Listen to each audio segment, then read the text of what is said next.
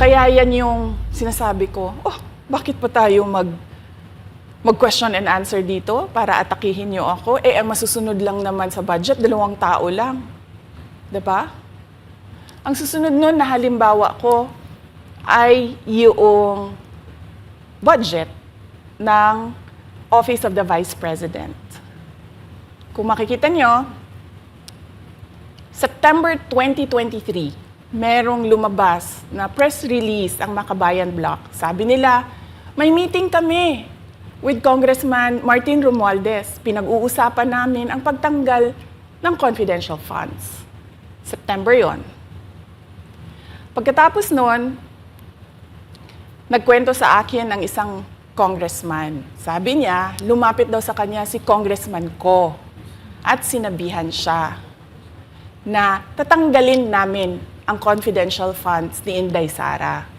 Hindi ba siya magagalit? Ang sagot naman sa kanya nung kaibigan ko na congressman, alam mo, si Inday Sara, walang pakialam sa pera yan. Magtatrabaho yan kahit anong budget. Alam niya yan.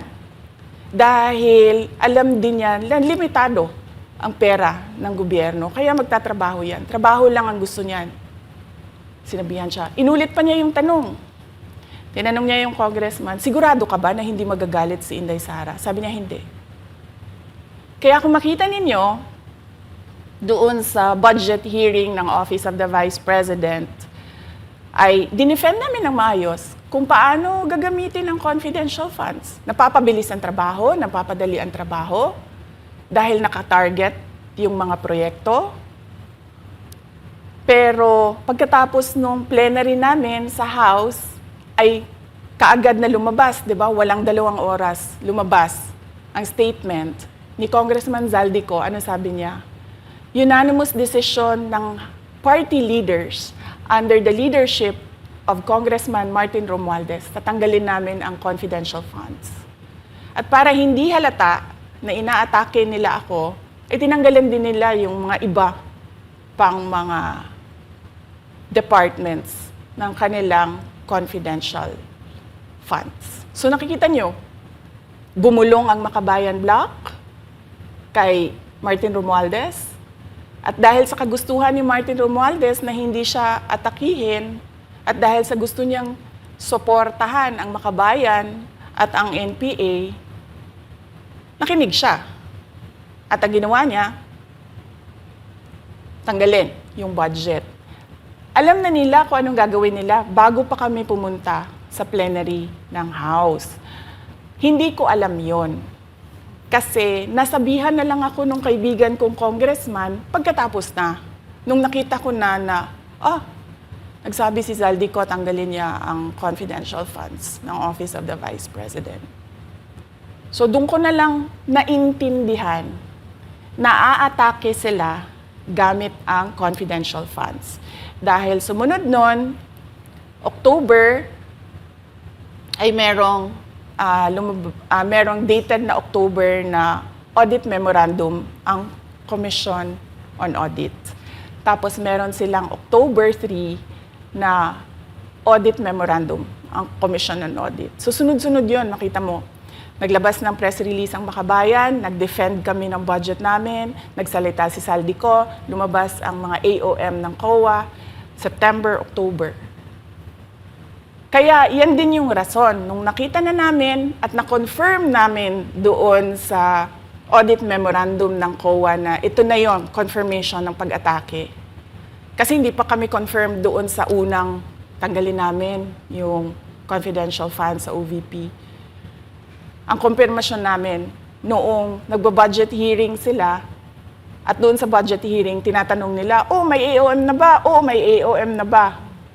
At nakita namin lumabas na. Yun yung confirmation namin na ito yung pag-atake. Kaya nung fourth quarter ng 2023, hindi na ginamit ng Office of the Vice President at ng Department of Education ang confidential funds.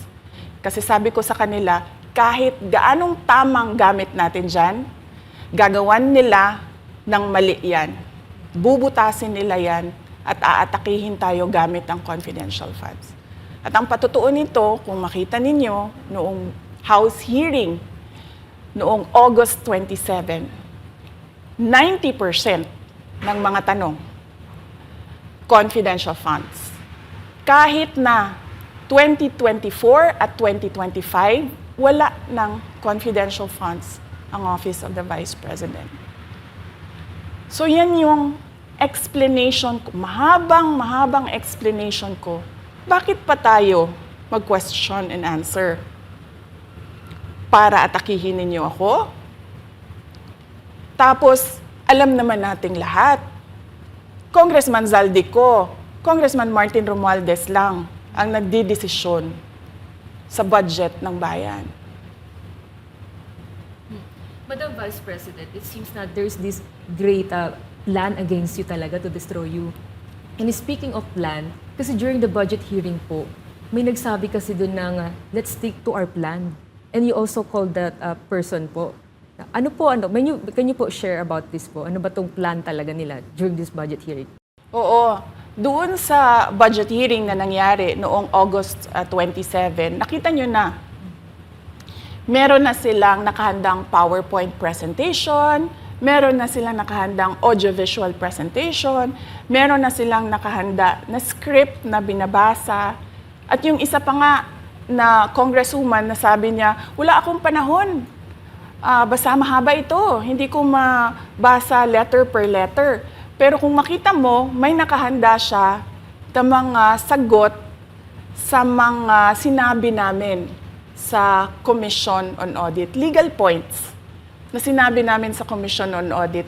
Bakit napakadelikado ng ginagawa na kinukuha ang mga dokumento ng hindi tapos at hindi final na audit. So kung makita mo, ganun yun, nakahanda sila. Makikita natin na let's stick to our plan, atakihin natin ito siya. Walang kinalaman sa kanyang Office of the Vice President 2025 budget proposal, kundi lahat ay may kinalaman sa confidential funds na matagal nang may kaso, 3 pa nga ang kaso sa Supreme Court, matagal nang pinapa-audit nila at nagko-cooperate kami doon sa audit. Kaya makikita ninyo kung ulit-ulitin natin yung nangyari noong House budget hearing noong August 27. Meron silang plano na gamitin yon para siraan ako. At hindi lang sila tumitigil dyan. Kung makita ninyo, ngayon naman nasa DepEd budget sila ng pagsira ng pangalan ko. Kahit wala akong kinalaman doon sa mga observations ng Commission on Audit, sinasabi nila na kasalanan ni Inday Sara yan. At going back po dito sa budget hearing, Madam Vice President, kasi mukhang hindi talaga nagustuhan ng mga kongresista ang inyo pong naging sagot at naglabas nga po sila ng kanilang statement about pa din dito sa confidential fund. And itong si Franz Castro, nagsabi siya dito nga daw ay posibleng ito ay isang impeachable offense. Ano pang reaction niyo dito? Hindi na bago ang usapin ng pag-impeach sa akin.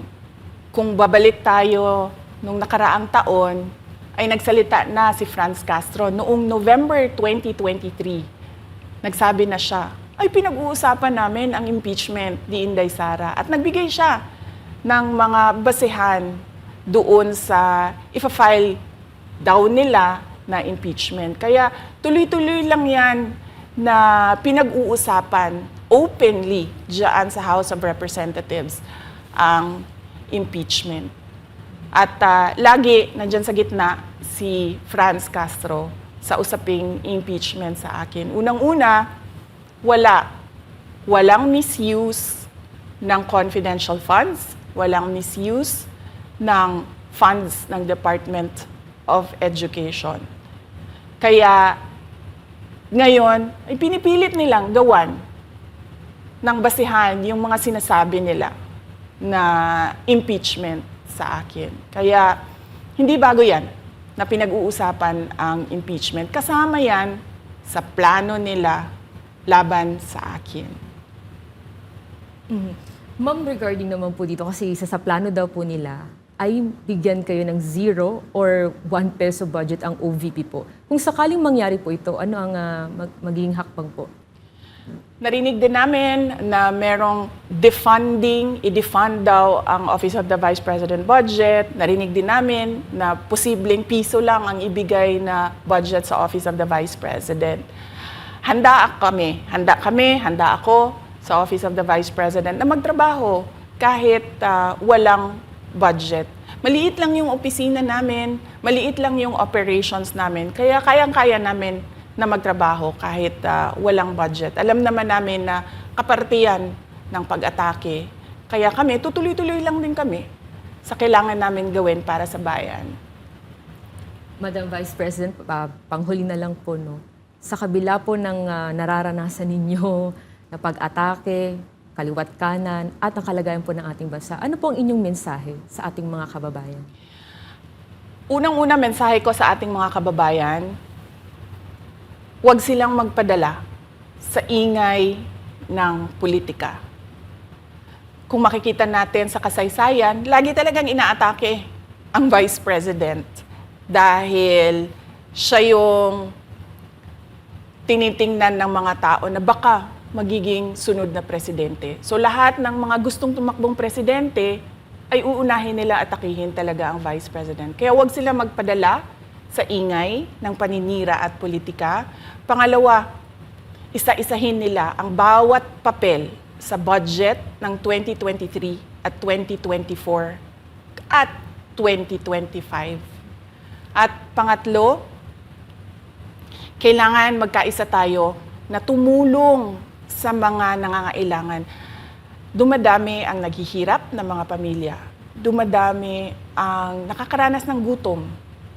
Kaya kailangan tayo, kaya kami tutuloy din ang trabaho namin kahit walang budget. Dahil alam namin na yan yung pinaka-importante sa ngayon. Na matulungan yung mga kababayan natin na naghihirap at walang makain. Yan yung totoong problema ng bayan natin.